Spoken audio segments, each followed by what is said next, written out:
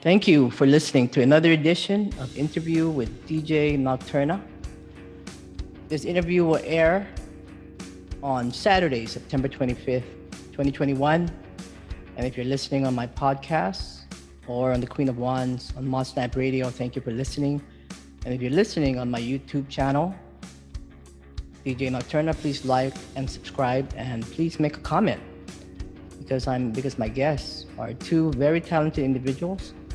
I'm speaking to Emileigh Rohn, industrial electronic artist and producer, and founder of her solo and successful project called CHIASM, and Jean-Marc Lederman, Belgian producer and musician, who has also worked with many numerous collaborations, Bad Gadget, Daza, The Weathermen, Kid Montana, and so forth. Yeah, but I was sacked by all of them. Don't forget that. Gosh, I feel like I know you both already, because you've done two interviews separately with me in the past, and thank you for joining me. I should say good afternoon, Emileigh. Good evening, Jean-Marc, and aloha. Thank you for doing this interview. How are you both? Thank you for having us. Yes. Thank you.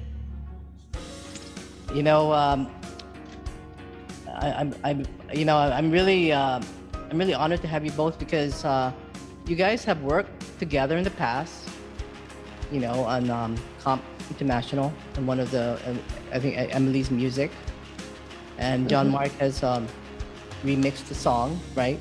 And now you're collaborating on this new album that's going to be released this Friday, September 20. What is that? 24th. September 24th, right? Mm-hmm. And it's called Venus Chariot. Great title. So how did you guys got together to do this? I know you've known each other for a while now, and you work well together. Actually, we don't know each other for that long because the way we were introduced is in 2009 and 19. I was doing a Jean-Marc Lederman Experience album where I always call lyricists and singers to sing on composition I make for them on the common theme for the album. And it's Rex Arcana who told me about Emileigh from CHIASM. I should check her music and her voice. And I did, and I liked what I heard. So I contacted Emileigh and sent her a track, which she sang very happily, I think. I don't know. Was it happily, Emileigh? It was a good experience. Okay. But unfortunately, I had to change the music for some stupid technical problem. So the music was totally changed below the vocals. And I sent it back to Emileigh, and usually singers hate that. Mm-hmm. We can't stand it because everything we've been working on, the pace of the delivery, the flow, as it's been said today, is the harmonies and everything, is done on the basic demo track, instrumental track. And that one was totally changed. And to my big surprise, Emileigh really liked the end result. And I thought, that person is really open to interesting work, and let's see if we can do some more. And so this is how we started working on a demo for another project, and we found ourselves on Comp. So Venus Chariot came out. How did that come about? I know that. Did you guys said, hey, let's make a new album and let's call it this? Well, we came up with the title at the very end, I think. We were trying to find something that described sort of like a roller coaster of emotions and such to represent it, and then it just appeared. We were thinking about something flying, and then I was thinking about space, and then it just became this whole other thing. But yeah, so it worked out well. Well, I can see why the title Venus would be significant for both of you, because you both have a passion for love. You both work well in harmony together, which is Venus. And it seems, and then with Chariot, it's like coming towards you. It reminds me a lot of in the tarot deck. The Chariot is when it's coming at you like a traveling kind of thing, and then Venus is the goddess of love and beauty, and you guys both have that because you work harmoniously together. I don't want to to break the beautiful story here, but in fact, we were looking for names that went with a mood board that we had created when we were working on the album, and we're looking for imagery or titles about roller coaster. And by googling more and more, deeper and deeper every time, we got to find that there was a roller coaster in Japan called Apollo Chariot. Oh, So we kind of mixed all the elements, just like the music, where everything is mixed, and we came up with that Venus Chariot. And we both have an interpretation of what it is, but for me, the Venus Chariot means a strong woman. Yeah, yeah. And I think that's very important because I think women have it really, really hard, especially in the music industry, where they're just looking, to be the plant in front of the microphone with as little clothes as possible. And everybody's surprised when they do something else than singing the lyrics of the guitar player, who usually is the boyfriend. Yeah. So for me, that's the interpretation of the Venus Chariot. It's a roller coaster of emotion, but it's also a strong woman in power. Okay. So I don't know, Emileigh, what's your point about that? No, you were saying earlier something. Did you say Apollo Chariot earlier? Did you say that? Oh, okay. So, okay, yeah, okay. That's interesting. I was going to ask you but I could ask you about the cover later on because there's a person on top of the chariot. I was going to ask you who that is. Oh, that's Venus. Oh, that's Venus. Oh, okay. Yep. Okay. Oh, all right. And so the lyrics to this album was written by Emileigh, all lyrics, right? And all music arrangement and production, of course, by you, John. So did you guys, did Emileigh write the lyrics first, and then you put the music together? Or did you write the music first and then Emileigh put the lyrics together? He would pretty much put like a skeleton track together, and then I would come up with the melodies and the words and try to make it fit that, and then he would rearrange how it went afterwards, and usually change some of the music again too. So it was interesting. It was sort of done in 3 parts, I suppose. It was one thing, and then it would become something else, and then something else again. So, but that's pretty much how we work. Well, usually, when after I send the skeleton to Emileigh, a few days later she sends the vocals and the lyrics, and the vocals were always impeccable. But the lyrics gave me other ideas, and I tried to make the music feeling the lyrics, which is not usually how it works. And so for that, I had to change some songs, and some songs totally changed from the demo to the end product, like Floodgates, for instance. Open Up the Floodgates. The music of the demo has absolutely nothing to do with the end result, But that's the fun part with Emileigh, is that we've been able to achieve a situation where we feel comfortable with each other, changing things and proposing totally new ways of making music. And this is why it's exciting. Yeah. So with the lyrics, is that a lot of personal lyrics or? Oh yeah. That's just how I'm writing random stuff constantly. Just whenever it comes to me, I'll type in my phone or something and then put it all together in a file later and then decide what fits. So yeah, it's unusual that a song will come together that's specifically about one thing. I come up with the titles later. And in fact, I was going to pull out the sleeve for the CD because I don't even remember the titles of all the songs. I was like, which one is this? It's like, I know Floodgate. Well, we have our own names for them that probably don't even line up to what they're called now, basically. Oh, so you guys changed the name when the music is coming into more into completion. One of my favorite tracks there, and I like it, it's also on the 7th, one of my favorite numbers, is All the Little Things Left for the Dead, for dead go unsaid. I love that one because it's a ballad, right? Oh You yeah. know, I love sad songs. That was one I do remember. Yeah, when I first heard the skeleton track, I could just totally hear the song in my head. I was like, okay, this one's gonna go No, smoothly. the lyrics are beautiful, the sound, the melody, everything. It's just perfect. You know, that's my. I actually, when you guys gave me the go to play it, so I know it's not released yet. I mean, I had to play that song. I'm like, Yeah. you gotta listen to this. You know, this is a beautiful song. It'll melt your heart.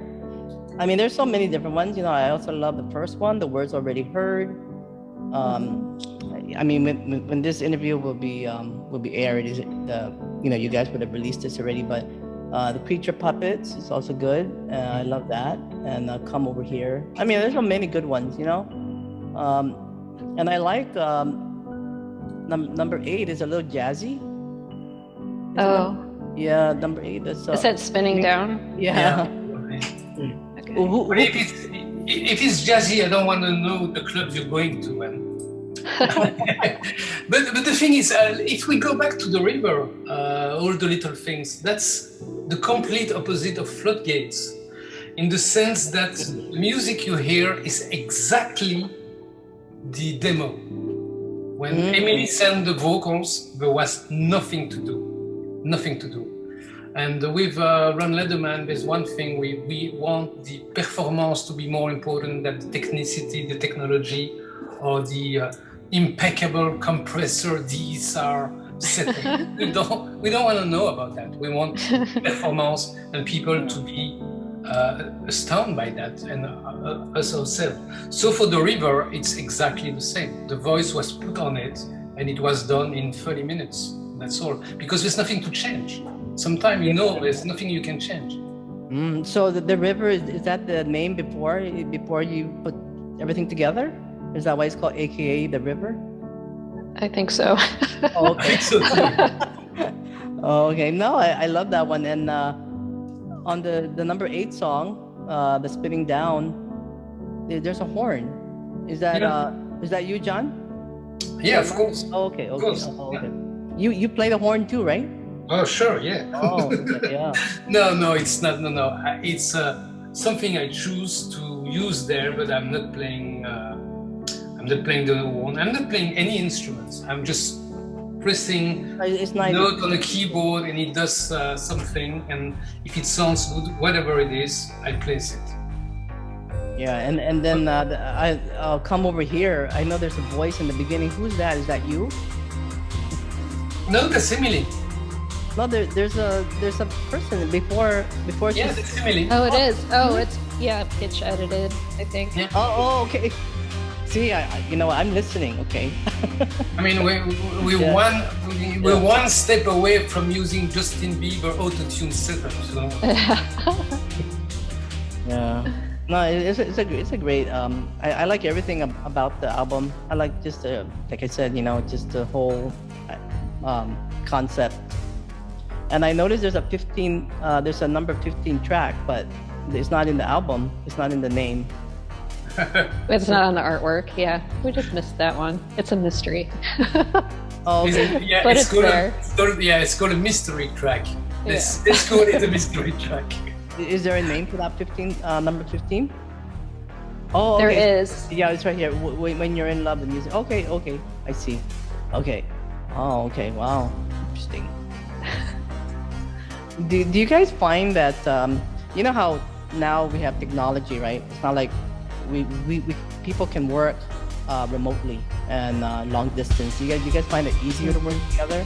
Because I know Jean-Marc lives halfway around the world, and so you have to send things online, and then you have to go back and forth. Do you find that easier than working with somebody? I find it far easier. Yes. Yeah, but I'm used to working alone too, so that's just how I work, and then we can fix what we need to and go away. We don't get on each other's nerves. I find that I really find that would be easier. I mean, because technology now, I mean, look at the way it is now. Like, just imagine if you guys live in Hawaii and they say, hey, can you guys come down for the interview? You could drive over here and they will set it up and everything. I just find it easier. I can get up and just connect everybody, right? Yeah, right. Yeah, plus there's one big bonus point. When I'm living 8 hours or 7 hours ahead of Emileigh. So when I get up in the morning, I've got the vocals in the Dropbox, and when Emileigh wakes up in the morning, there's the mix in her Dropbox. Yeah, so it feels like we're working 24/7. Yeah, absolutely, You and know? that's a great feeling. You know, it's a great feeling because things seem to be moving all the time, and they are, because it's such it's so exciting to work that way, and it's better to than to have to go to a rehearsal room and have to face the unshaved face of the composer or the messy hair of the singer or whatever. So it works that way.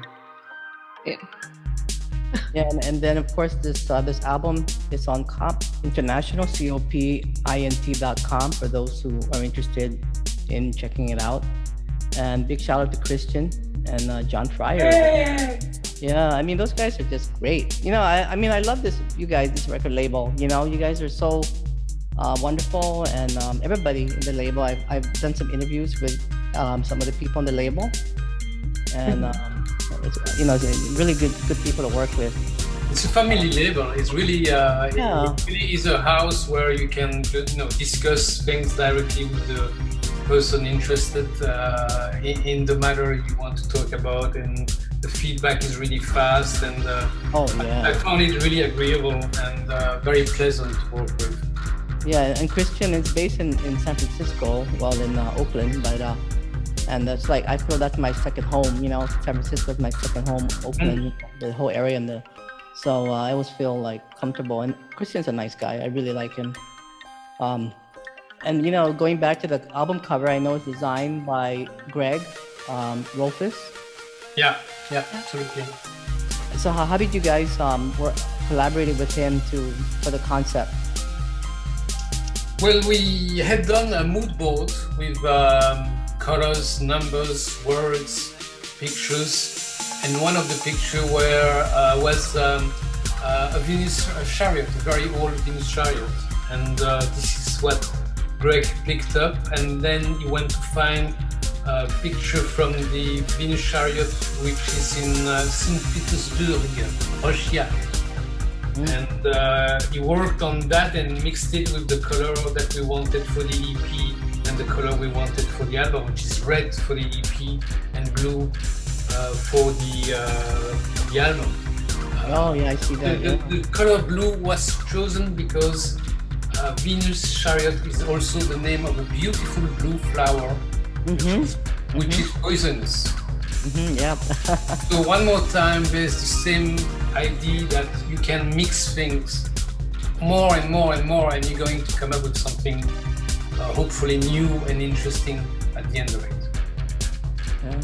And Greg did a great job. Really. Thank you, Greg. Yes, he did. Yeah, very beautiful. And I actually met him when I went up to LA to teach. Cool. In Hollywood. So with Judy Lyon. So that was. He's a really nice guy, and he's a very talented fellow. Sunflower. That's not written by you, Emily, or is it? That's no. Yeah. How did you get that song in? I had been watching the Spider-Verse movie, and it's in that movie, and I couldn't get it out of my head.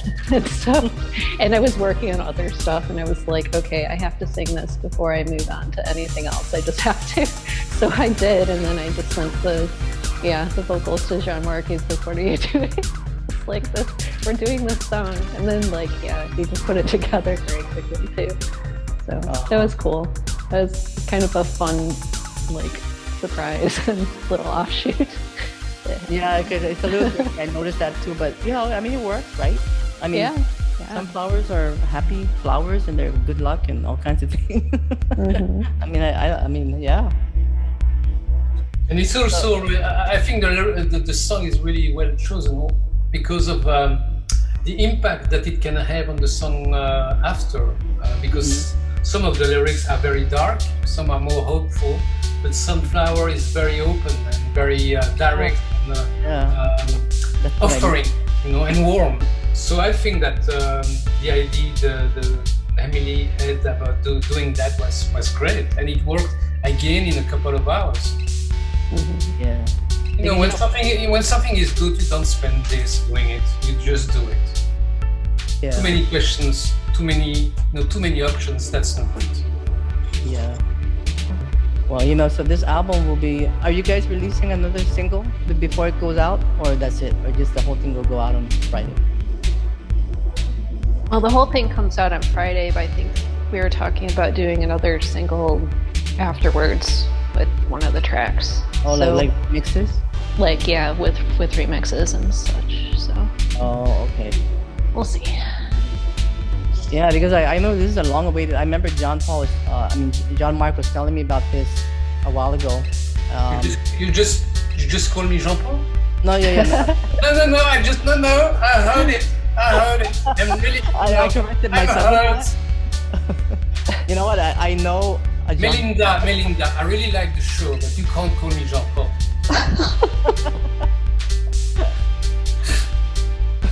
Go on. I'm gonna delete that part because I'm able to delete it. No, you don't delete it. No, you leave it. No. Do you like to be called John or John? It has to be Jean-Marc, right? Not just John. Well, my Christian name is Jean-Marc, so yeah, you have to call me Jean-Marc or you can call me Sir. It's really up to you. Sir. No, I was just telling him that your pictures, I'll put it on the thing, when I do the on YouTube. The video, yeah. Yeah, and I could even put your picture where you're dressed up in that outfit. I could use that one. Like. It's not an outfit. No, it's not an outfit. I have to, we have to put the truth square here. That's the thing I put on every morning when I get up. Mm-hmm. That's how I have breakfast. When my people bring me the food, that's how I'm dressed. People. Yeah, royalty, huh? I knew that. Yeah. So, do you guys have any? So this album will be released on Friday, the 24th of September. Venus Chariot on COP International, COPINT.com. And what about any new projects? Are you guys already collaborating for the next one? I speak too soon. Well, yeah, we're just gonna keep making stuff, I think. And I'm doing some more CHIASM stuff right now too, so that's been my focus for the moment. Yeah. Well, we have so much time, right? Because I think I don't know how long we're gonna be on this kind of situation. I mean, I just feel like there's so much we accomplished in just being, just having this thing happen, 2020, this pandemic, and I just feel a lot of people have collaborated more. There's more things going out there. I don't know. Mm-hmm. That's just what I feel. Yeah. So, do you guys ever want to meet someday? I know because you guys haven't met, right, in person. Right. No, we haven't. No. Well, we're supposed to meet in Chicago for Cold Waves, but thanks to the interdiction for the normal mundane people to cross from Europe to the US, I have the visa. It's very funny. Actually, it's a funny story because I got the visa in 25 minutes, so that was really fast. And then I called the American embassy, and the lady there, she said to me, well, you can go to the USA, but if you try to get on the plane, we won't let you get on the plane because you cannot come because of COVID. Oh. So that's really unfortunate because we were supposed to meet in Cold Waves, but no. So, but you have how long is the visa good for? Well, the visa is for 3 years, but it's just crazy that the Americans can go to Europe without any problems and Europeans can't go to the States. I know, that's crazy. Oh. So, But then Emileigh's got to go over there. Emileigh and I will go and see you. Sounds good. I've never been to Belgium. I've been to. But it's it's called the flatland for one reason. It's flat. So no, it's I don't know if you ever been to Europe, but it's very different from the US. So. I've been to countries around Belgium, but not Belgium itself. But, nobody goes to Belgium. There's no reason to. I would. No, I like to try different things. I like traveling. No, it's a mystery. Just people stay away from Belgium. Please don't come. No, it's a very special country because it's very small. I mean, it's from one side to the other one, it's 200 miles. Mm-hmm. So you can really go from one part from the sea to the beginning of the mountains. It takes you 2 hours, and it's an artificial country which was put together so the English wouldn't make war with the French and the Germans all the time. So it's totally artificial, and because it's small, everybody takes it for granted. But in Belgium, we had to learn how to survive in between the big Germany and the big England and the big France. Mm-hmm. So we developed specific things. Some of them were that we are very curious of what's happening around us. That's one of the things. The other thing is that being small people in the room of big people, we have to have humor. Yeah. So that's the second thing. The third thing is that because not much things were happening in Belgium, you're supposed to learn from the outside. So people here knew a lot about what was happening in the world on the art side of the music or whatever. So it's an interesting country. Yeah. One of these days. So if you guys have a favorite track, like one favorite track, what will it be? And it will be played. One of the songs I'll be playing. I think probably Floodgates is my favorite. Okay. Yeah, I like that one too.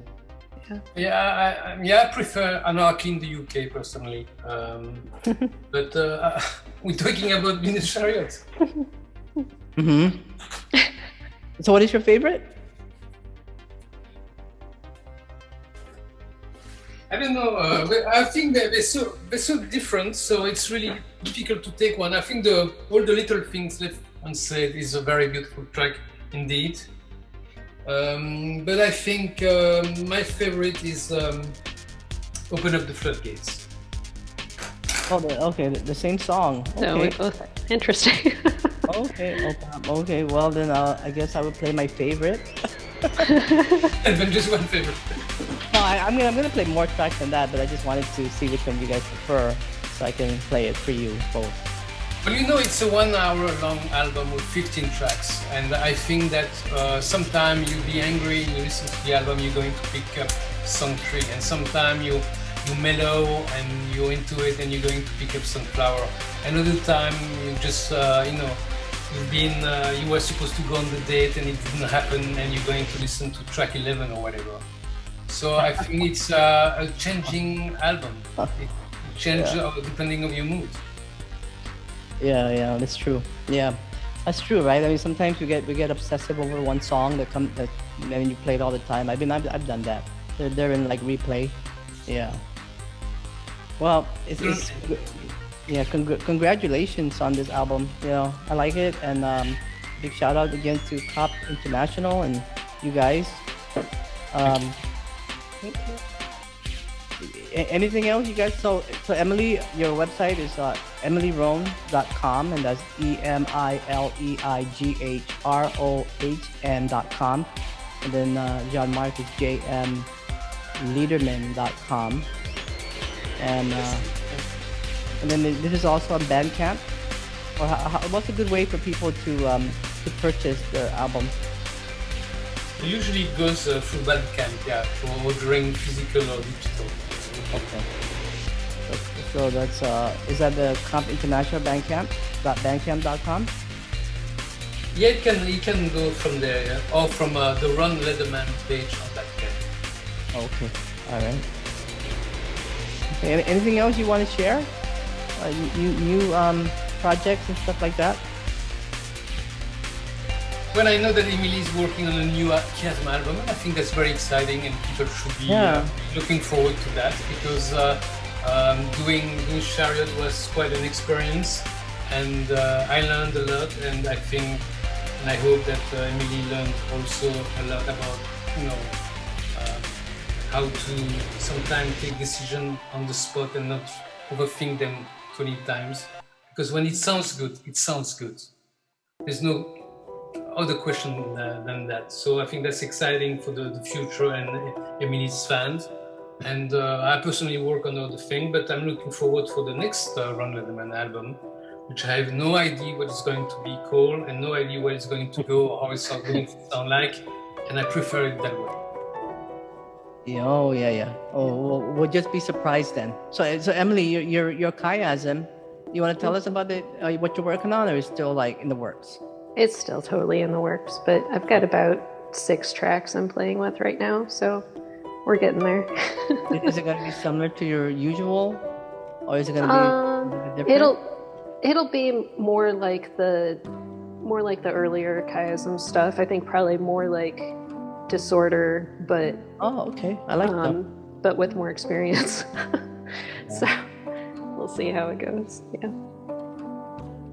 Well, we're looking forward to that, and so well, thank you both for coming on the show. Anything else you want to mention? And again, the Rohn Lederman Venus Chariot will be out on Friday, September 24th on Comp International, and if you're listening to this on YouTube, please like and subscribe and make a comment. That'd be also great when people make a comment. Thank you. All right. Well, thank you both for joining me. Thank you. Thank you for having us. Always a pleasure. I really enjoy it.